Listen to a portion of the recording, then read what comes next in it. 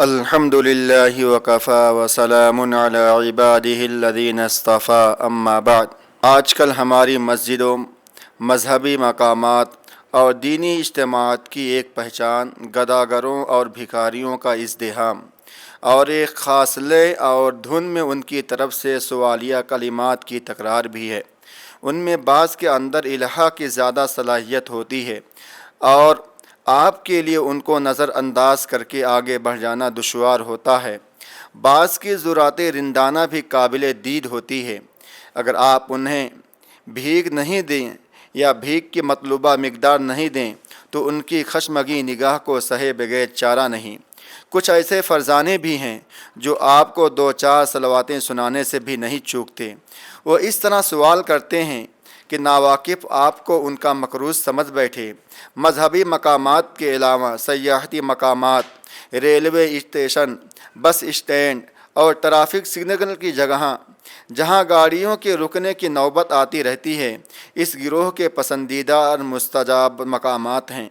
اس لیے یہاں ان کی وافر تعداد نہ صرف موجود ہوتی ہے بلکہ کمال اخلاص اور کمال استقامت کے ساتھ صبح کی پاؤں پھٹنے سے لے کر رات گئے تک اپنے محاذ پر ڈٹی رہتی ہے۔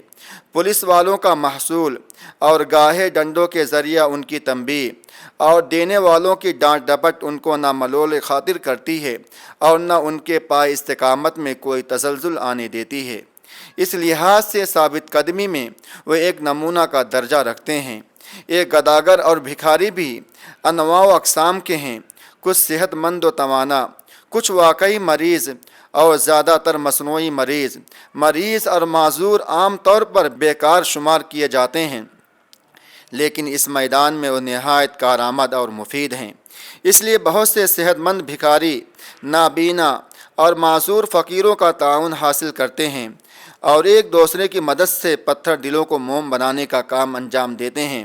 ان میں بچے بھی ہیں، جوان بھی اور بوڑھے بھی، مرد بھی ہیں اور خواتین بھی، کم سن لڑکیاں بھی، جوان لڑکیاں اور سن رسیدہ عورتیں بھی۔ گداگری کے اس پیشہ میں ہر طرح کے لوگ موجود ہیں۔ ایسے گروہ بھی پکڑے گئے ہیں جو دیہاتوں اور دور دراز علاقوں سے بچوں کو پکڑ کر لاتے ہیں اور انہیں کسی قدر معذور بنا کر ان سے گداگری کراتے ہیں، بھیک منگواتے ہیں۔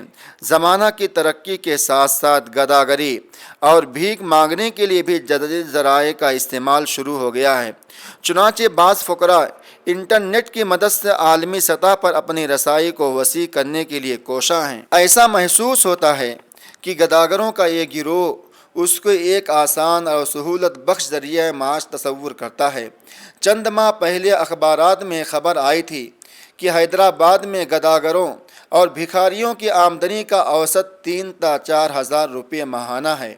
خاص مواقع جیسے رمضان المبارک اور عید وغیرہ میں ان میں خاصہ اضافہ ہو جاتا ہے۔ اس کا نتیجہ یہ ہے کہ اس پیشہ سے دستبردار ہونے کو کسی طور تیار نہیں ہیں۔ اگر آپ انہیں کام کرنے کو کہیں یا خود اپنے یہاں کام کرنے کی دعوت دیں تو ایسا منہ بنائیں گے کہ گویا آپ نے ان کی بے عزتی کی ہے۔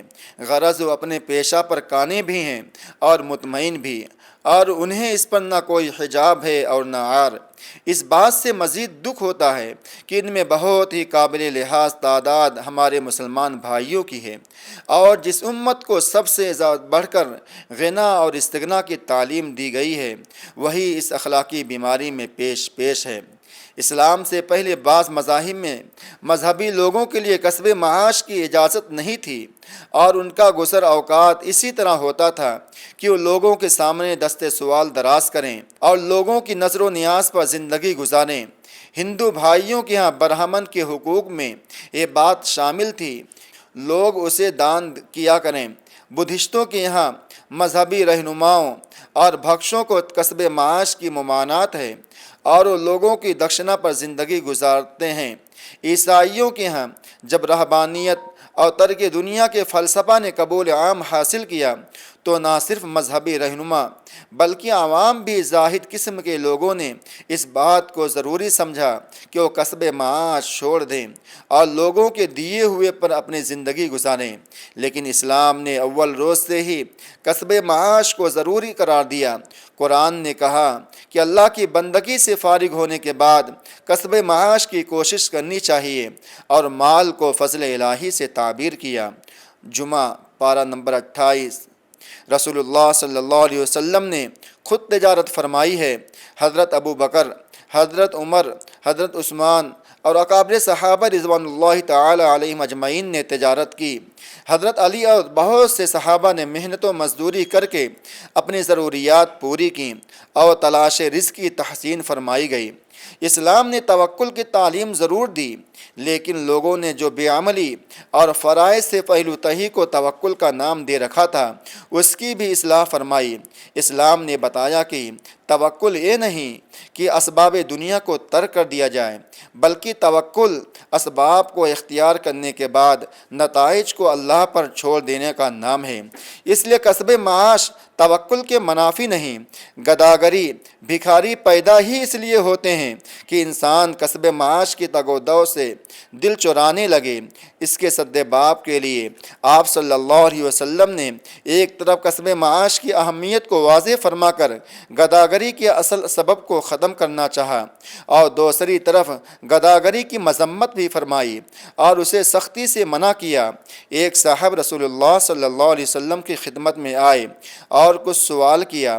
آپ صلی اللہ علیہ وسلم نے ان سے فرمایا کہ تمہارے پاس کیا کچھ سامان ہے؟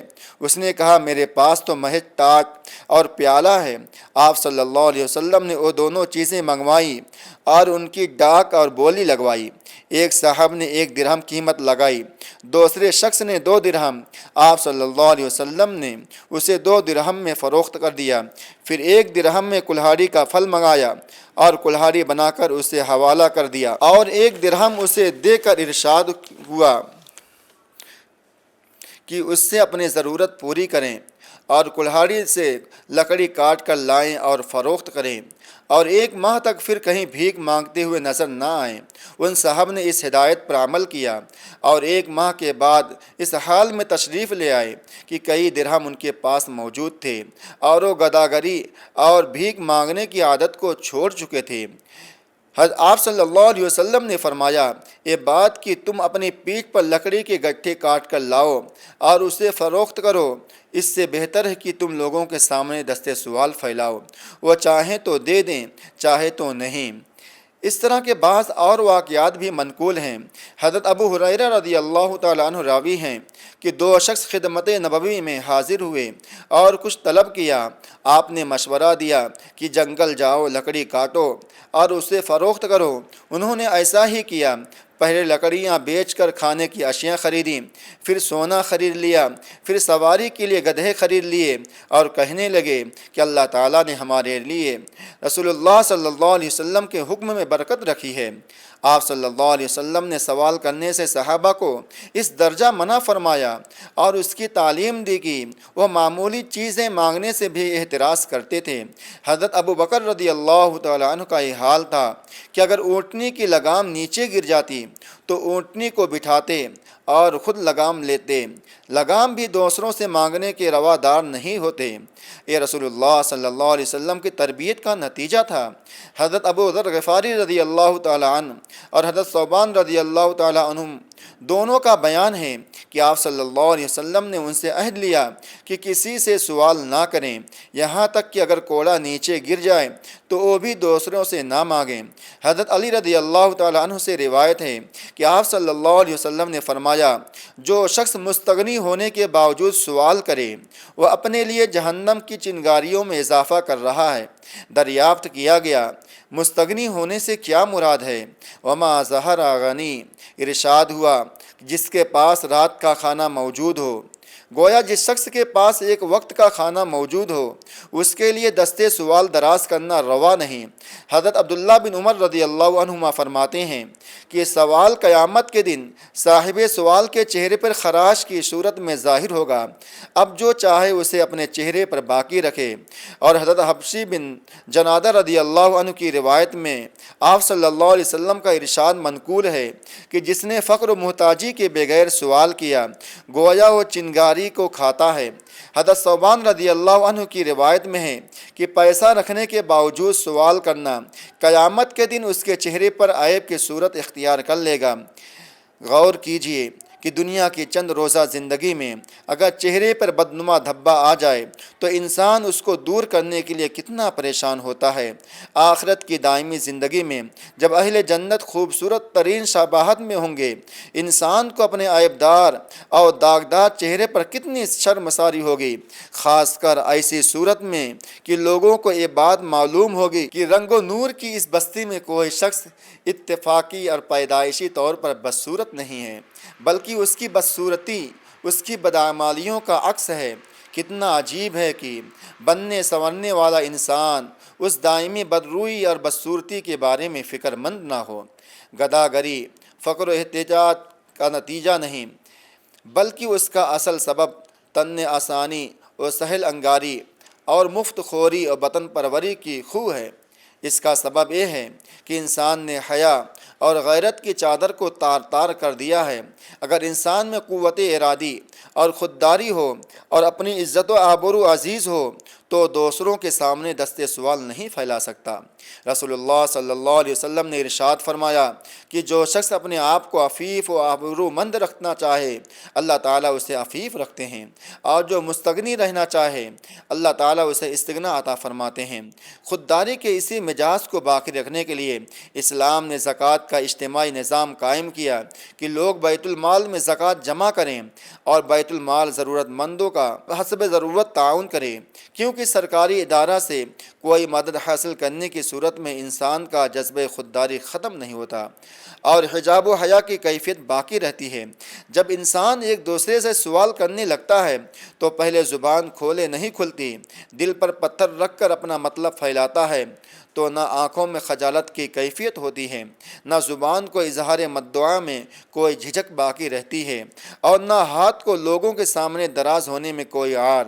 کسی بھی قوم کے لیے بات نہایت شرمسار ہے کہ چھوٹے چھوٹے بچے جو قوم کے مستقبل ہوتے ہیں، جوان مرد و عورت جن میں محنت اور تگ و دو کی صلاحیت ہوتی ہے، جو قوم کا اثاثہ اور اس کے ہاتھ پاؤں ہیں، ان میں بے عملی اور بے ضمیری پیدا ہو جائے۔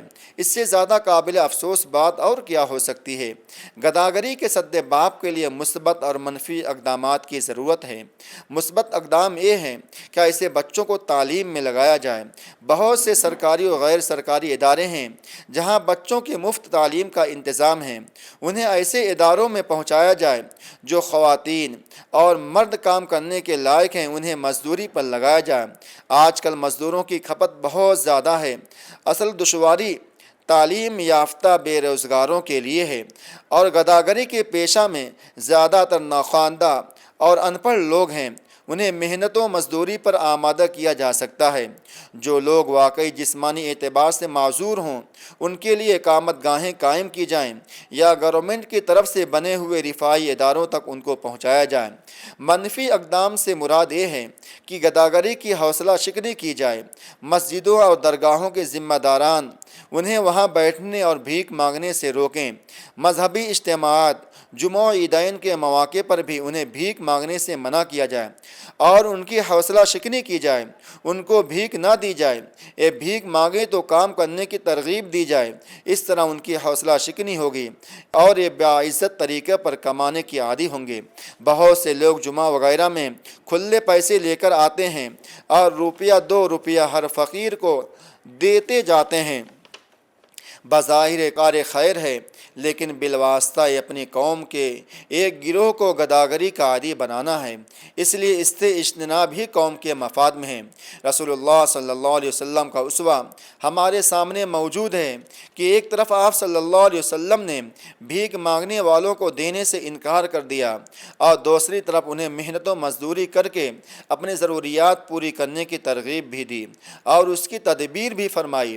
اگر ہم اپنی قوم کو اس لعنت سے بچانا چاہتے ہیں تو ہمیں بھی ان میں یہ مزاج پیدا کرنا ہوگا کہ وہ اپنے گاڑھے پسینے بہا کر کمائیں اور آدھے پیسے سے پیٹ بھر کر کھانا کھائیں، لیکن دوسروں کے سامنے سوال کا ہاتھ پھیلا کر بے آبروئی کا راستہ اختیار نہ کریں۔